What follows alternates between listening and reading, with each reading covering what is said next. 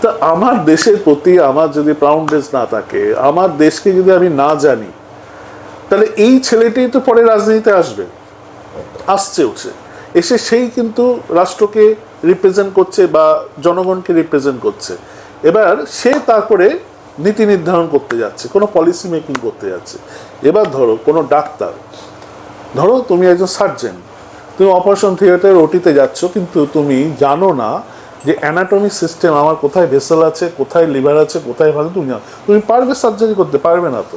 তাহলে আমার দেশে একজন দেশ সেবক, জনসেবক, জননেতা, তিনি দেশ সেবা করতে যাচ্ছেন, তিনি এই দেশটাকে জানেনই না, এই দেশটা শুরু কী করে হয়েছিল জানে না, এই দেশটা পতনের কি কারণ উনি জানেন না, এই দেশটা অ্যাকচুয়ালি কি করলে ভালো হবে সেটাও তিনি জানেন না। তাহলে উনি দেশ সেবাটা কি করে করবেন?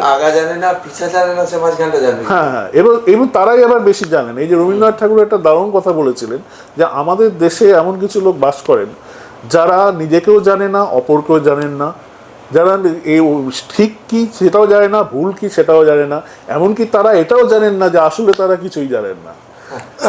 এবং এই আনফর্চুনেটলি এই সংখ্যার লোকজনই কিন্তু আমাদের রাজনীতি, অর্থাৎ ভারতবর্ষের রাজনৈতিক মহলটা তারা বেশি চালাতে। তার মানে এই না যে সেখানে যেটা থাকছে তারাই সবাই এরকম না, তাদের মধ্যে অনেক কোয়ালিটি লোক, ভালো লোক আছে, কিন্তু সেই সংখ্যাটা প্রয়োজনের তুলনায় অত্যন্ত কম। তার কারণ কি, সনাতনী সংস্কৃতি একটা এখন জাগরণ শুরু হচ্ছে, কিন্তু সেটাকে যতক্ষণ রাষ্ট্রীয় ক্ষেত্রে প্রয়োগ না করতে পারছি, সেই জায়গাটা কিন্তু আমরা ওই প্রয়োগটা আমাদের যে সনাতন সংস্কৃতির যে আসল যে জ্ঞান দ্বারা সেইটা যতক্ষণ ইমপ্লিমেন্ট না হবে, ততক্ষণ রাষ্ট্র ব্যবস্থায় না আসবে, ততক্ষণ কিন্তু সফল গণতন্ত্র কোনোদিন সফল হতে পারে না, রাষ্ট্র ব্যবস্থা কোনোদিন সফল হতে পারে না।